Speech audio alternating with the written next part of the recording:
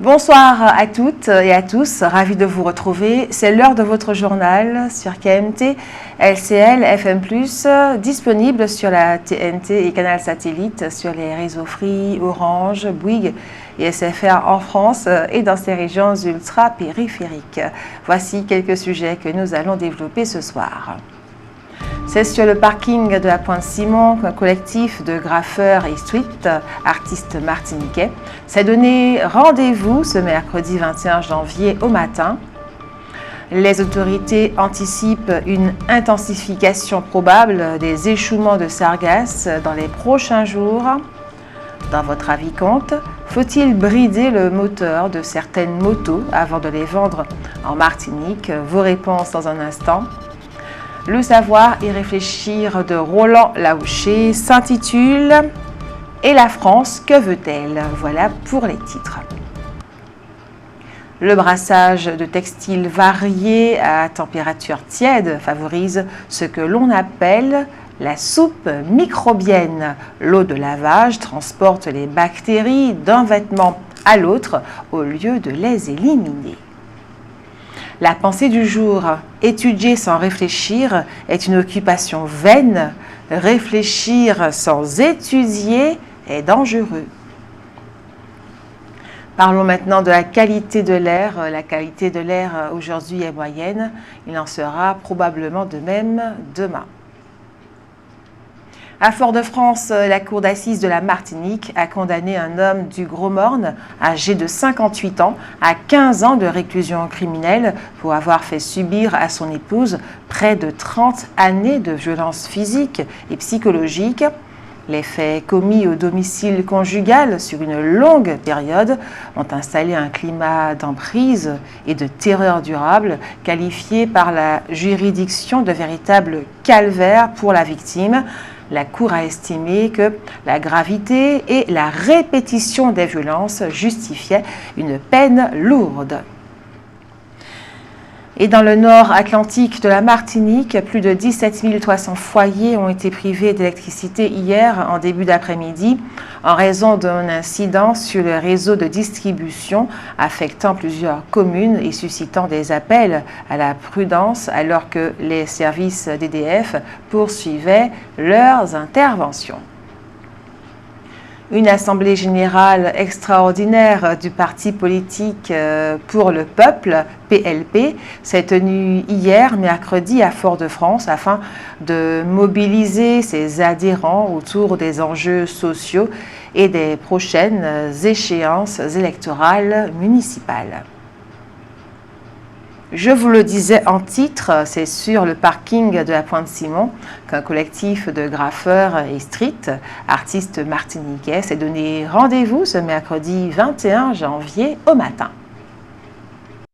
Mission pour Doudou Style, Magic, Shed Roxane, Shan, Moonlan, Jadict, Onine, Aurélie Argir, Herman, Saveur Graphique et James, entremêler leurs arts au cours de jours définis en réalisant des œuvres sur un même mur et sur un même thème. Cette jam de graffiti est un before, un avant-goût en quelque sorte, de l'Armada Street Festival qui se déroulera à Fort-de-France du 1er au 11 février sur le thème Lionnage Caraïbes. Outre les artistes martiniquais, des créateurs de Guadeloupe, de Jamaïque, d'Haïti et de l'Hexagone viendront à cette occasion exprimer chez nous leurs talents. Des événements qui font du bien pour la promotion d'un art vivant et libre, offert à tous, à ne pas manquer donc et à contempler sans modération.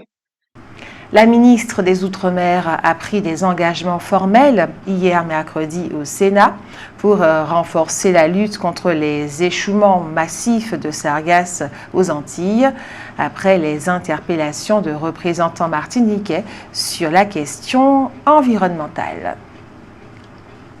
Le gouvernement britannique prévoit d'autoriser la remobilisation des anciens militaires jusqu'à 65 ans contre 55 actuellement.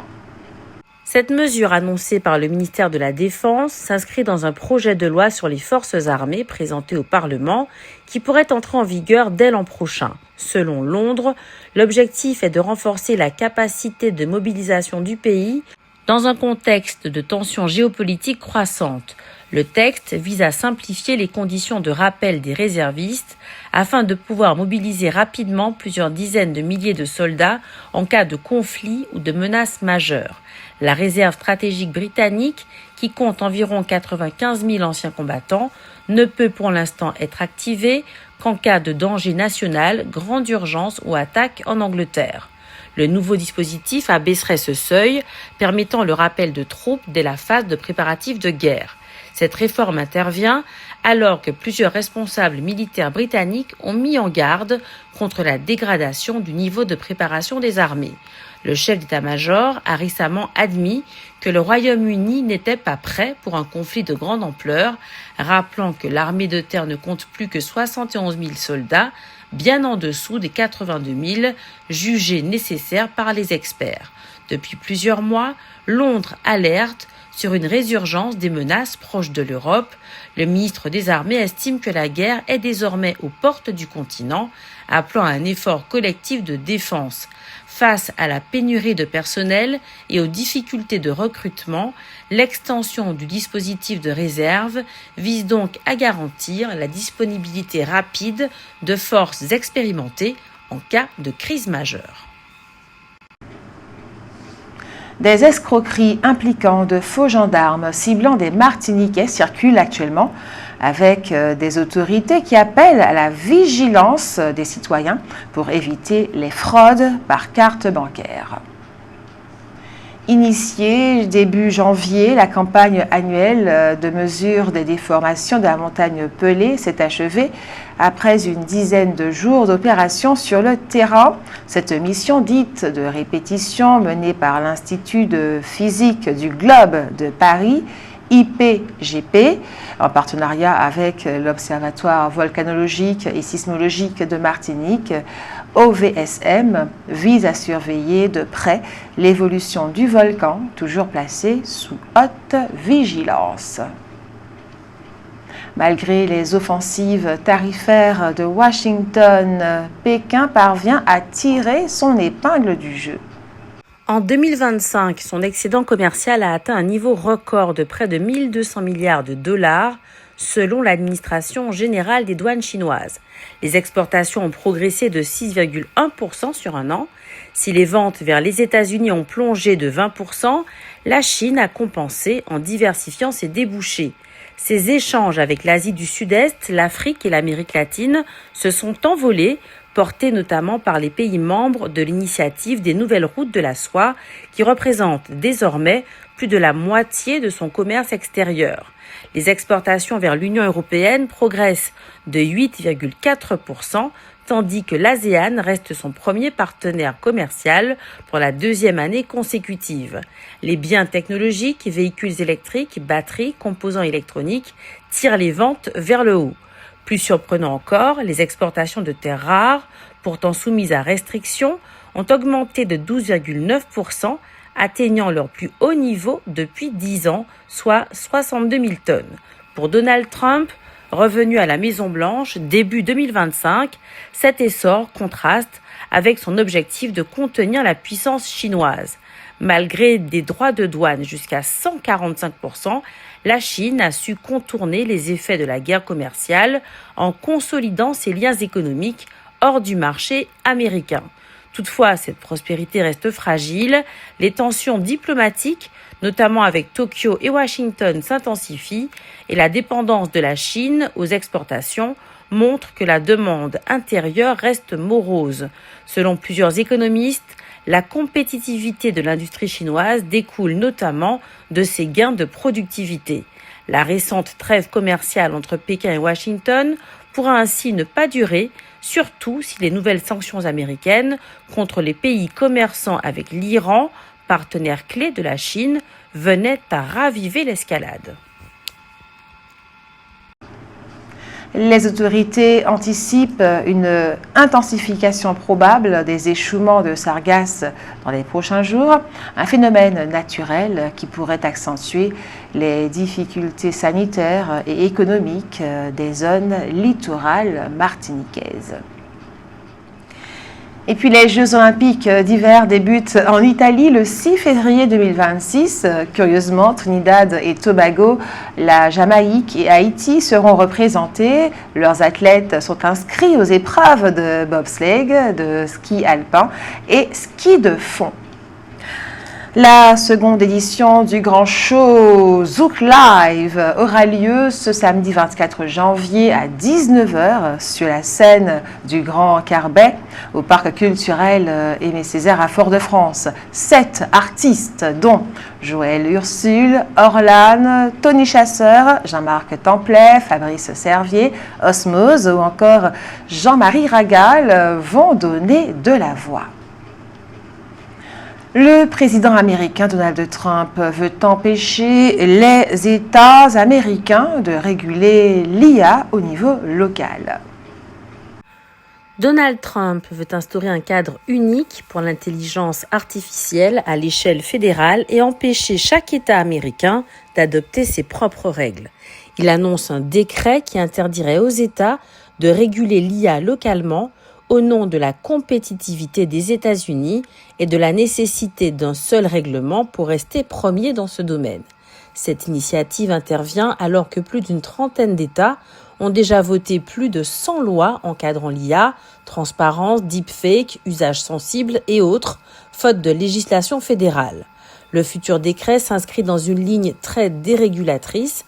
Dès son arrivée au pouvoir, Donald Trump a annulé un texte de Joe Biden qui imposait aux grandes entreprises de l'IA de partager avec Washington des informations sur leurs modèles jugés à risque et chargeait les agences fédérales d'évaluer systématiquement les dangers liés à ces technologies.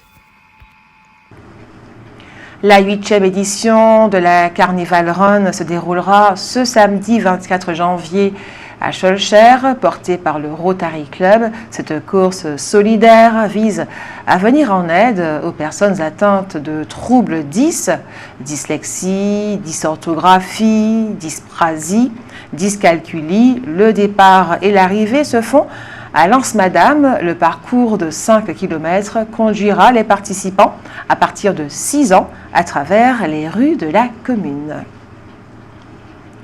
Les études montrent que les agents de la fonction publique sont plus souvent victimes de violences au travail que ceux du privé, particulièrement ceux qui sont en contact avec le public.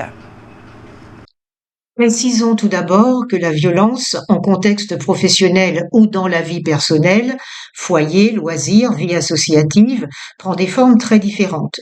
Il peut s'agir d'injures, de harcèlement moral, de violences physiques ou de violences sexuelles, agressions sexuelles, viol ou tentative de viol, exhibition et harcèlement sexuel, mais aussi d'atteinte aux biens.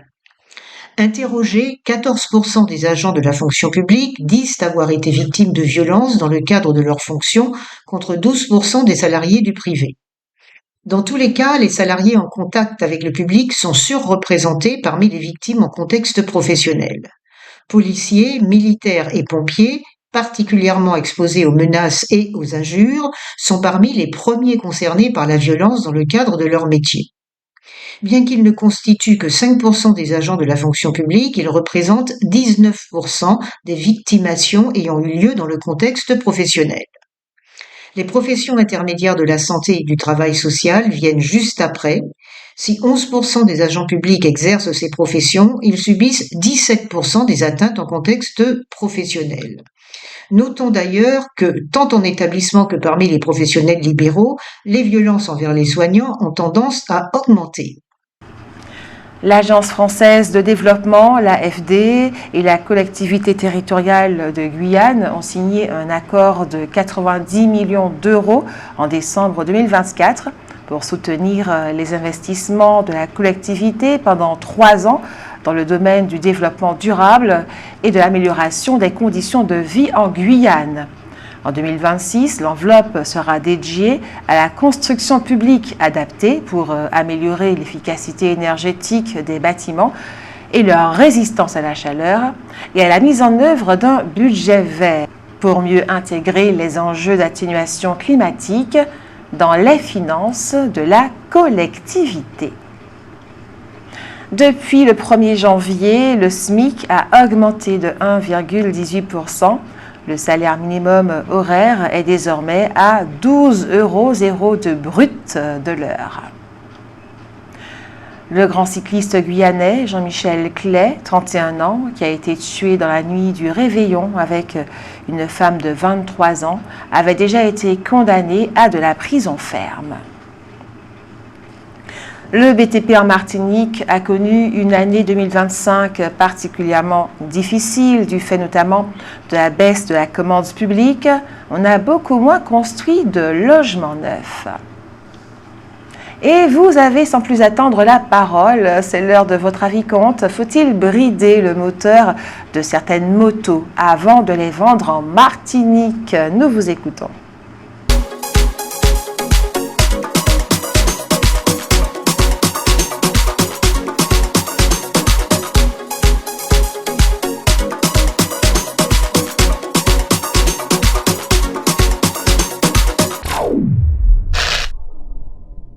Faut-il brider le moteur de certaines motos avant de les vendre en Martinique? Non, je pense pas. Non. Ouais, ça sert à rien de faire ça en Martinique. Hein. En France, oui. En France, c'est un grand pays. Mais en Martinique, ouais. Non, je pense pas. Ça sert à rien. Parce qu'il y a que des bridés tout seul. Il y a que des bridés tout seul. Mais les moteurs de moto, par définition, quand ils sortent de chez le constructeur, ils sont bridés. Donc, il n'y a pas lieu de débrider. C'est un choix personnel de l'acheteur, du propriétaire de la moto. Mais sur la question, est-ce qu'il faut brider, elle ne se pose même pas cette question. Je ne pense pas. Un outil reste un outil. Je pense que c'est le comportement des humains qui doit changer. Chacun doit pouvoir se dire, j'ai un outil, il est dangereux, je prends des précautions et j'évite de faire le fou. Quel que soit ce qu'on en met, un fusil, un couteau, il faut se maîtriser. À mon avis, il n'y a pas d'utilité. Hein. Il est clair qu'il faut à l'actuel plus sensibiliser sur la vitesse. Brider ou pas, on peut éventuellement le modifier.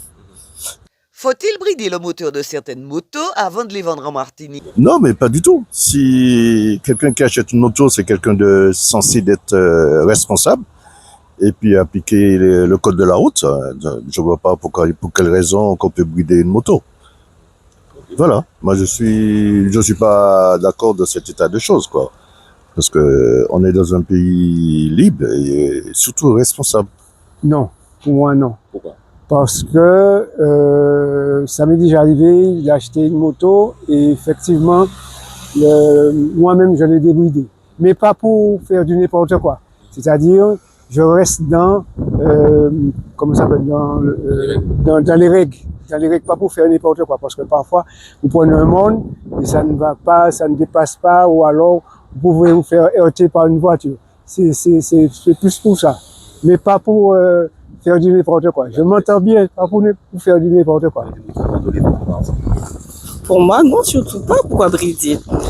Si on achète une moto, c'est qu'on a envie de sensation, en fait, justement. Donc, surtout pas. Le bruit des motos, des fois, ça agace. Hein. Moi, je sais pas, mais pour moi, ça agace. Des routes. Surtout pour les gens qui habitent près des routes, quoi, en fait. D'après moi, oui. Parce que des fois, c'est exagéré, des fois. Parce que là, les mecs, quand ils montent, des fois, où ils descendent, mais c'est du n'importe quoi, quoi. Ça fait un bruit qui... Ouais, alors c'est ça.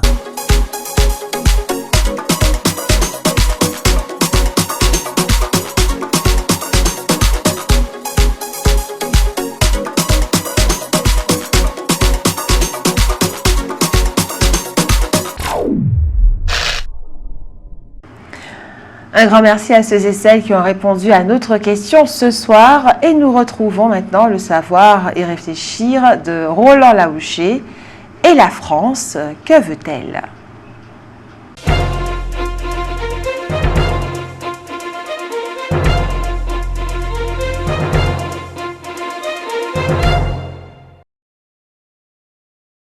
Ainsi donc, certains pensent que pour nous protéger dans cette zone caraïbe qui est devenue dangereuse, c'est désormais évident, il faut peut-être se raccrocher à l'Europe plutôt qu'à la France. Hier, mercredi, Aucun spectacle n'était plus beau que celui que proposait Fort-de-France. Un spectacle unique et de grande qualité. C'était celui d'un bateau au physique un peu particulier et qui avait déversé dans la ville une foule jusque-là enfouie dans ses entrailles. Et il marchait. On ne sait pas d'où il venait. Il était bien de ne pas le savoir pour ne pas se perdre dans de profondes réflexions plutôt que d'observer. Là, il fallait se contenter d'observer. Observer ces gens très blancs de peau, en plein dans leur hiver, et âgés, voire très âgés pour la plupart. Il marchait devant et elle le suivait d'un pas moins assuré que le sien. Elle souffrait d'une légère infirmité, ses jambes étaient trop arquées. Était-ce de naissance? Était-ce l'âge? Nous ne le saurons jamais, mais comme ils étaient beaux. Et ceux qui les suivaient aussi étaient beaux. Et ceux qui suivaient ceux qui les suivaient étaient beaux eux aussi. Ils venaient brunir leur grand âge à notre soleil, à nos monuments, à nos rues, même si de toute évidence, ils ne savaient pas trop bien où ils allaient, car là où ils allaient n'était sans doute pas répertorié dans les publications destinées aux touristes. Mais ça ne semblait pas avoir d'importance. Ils semblaient se contenter de marcher et de prendre du plaisir à regarder, peut-être à apprécier toutes ces choses que nous regardons tous les jours, mais que nous ne voyons pas. Dans les rues de Fort-de-France, pas un policier, pas un gendarme, pas un uniforme.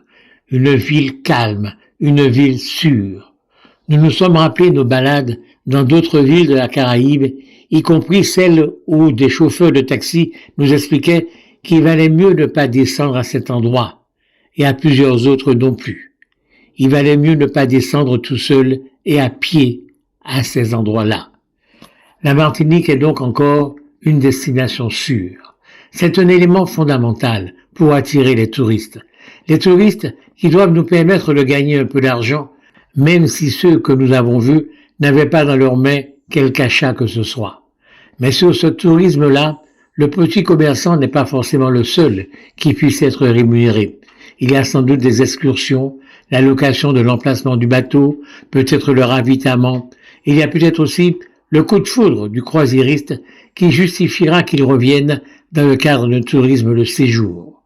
Ce que tout cela signifie, c'est que malgré les 39 homicides que l'on a relevés en 2025 en Martinique, les quelques règlements de compte spectaculaires qui ont envahi la une de nos journaux, eh bien nous sommes un pays paisible, un pays tranquille, un pays en paix, dans une zone en train de devenir l'une des plus criminogènes du monde, et même des crimes d'État. Comment appeler autrement les agressions américaines contre les embarcations qui naviguaient en pleine mer? Les États-Unis, pays démocratiques et de droit, ont les moyens d'arraisonner ces embarcations, d'arrêter leurs occupants, de les juger et de les condamner, même à la peine de mort dans certains États. Cette Martinique tranquille, c'est donc incontestablement une réussite de la départementalisation. De cette départementalisation réclamée et obtenue par nos ancêtres, oui, parce qu'il se trouve que vous et moi, nous n'avons pas d'ancêtres que des esclaves, même s'ils sont nombreux à vouloir nous le faire croire. Il y a toutes les générations d'après l'esclavage, celles qui sont justement à l'origine du bien-être et de la tranquillité dont nous jouissons actuellement. Notre mission aujourd'hui est évidente, c'est de faire en sorte que cela continue, que les narcotrafiquants et les autres porteurs de troubles passent au large de nos terres. Ne cherchons pas des combats inutiles, cherchons à améliorer l'existant tout en préservant cette tranquillité-là. Arrêtons de vouloir singer tel ou tel Indochinois, tel ou tel Algérien, tel ou tel anticolonialiste. Remplissons notre mission à nous, notre mission d'aujourd'hui, notre mission de maintenant. Après le savoir et réfléchir de Roland Laouché, nous passons à la rubrique santé. Ce soir, elle s'intéresse aux effets de l'alcool sur le cœur. On nous l'a toujours dit, voire prouvé à coup d'études scientifiques et médicales, le vin a des effets protecteurs sur le système cardiovasculaire. Sauf qu'a priori, même en très faible quantité, le petit verre de vin exerce aussi des effets délétères sur le cœur. faisant pencher la balance des bénéfices-risques dans le mauvais sens. Pour en arriver à cette conclusion, plus de 4400 seniors de 75 ans ont régulièrement accepté de passer des électrocardiogrammes après avoir indiqué leur consommation quotidienne d'alcool. Les chercheurs constatent ainsi que l'alcool modifie non seulement le fonctionnement du cœur, mais aussi sa structure. Ses effets délétères sur le cœur sont d'autant plus marqués que la quantité journalière de vin consommé est élevée. Mais aussi et surtout, il s'observe dès 2 verres de vin par jour chez l'homme et dès le premier verre chez la femme. Mieux vaut donc s'abstenir dans la mesure où maintenant on sait que les inconvénients de l'alcool dépassent les avantages cardiovasculaires qui étaient jusque-là mis en avant. Rappelons qu'en matière de cancer, l'abstinence est déjà prônée, puisque là encore, l'augmentation du risque se fait dès le premier verre. Voilà, c'est la fin de ce journal. Merci à vous de l'avoir suivi. Merci de votre fidélité. Ce journal a été réalisé avec la participation de Jordan Adélaïde, Jean-Michel Césaire, Jenny Georges, Alain Jean-Paul, Daniel Diaz, Sarah Verne, Hugues Blandy, Marie-Josée Joseph, Simao Laouché et Roland Laouché. Il est diffusé à 18h30, 20h, 22h et demain 6h25. Disponible en multidiffusion sur la TNT, Canal Satellite, sur les réseaux Free, Orange, SFR et Bouygues en France, également sur notre site kmttelevision.fr. Je vous souhaite une agréable soirée, prenez soin de vous. Rendez-vous demain, même heure, même chaîne, et que Dieu garde la Martinique.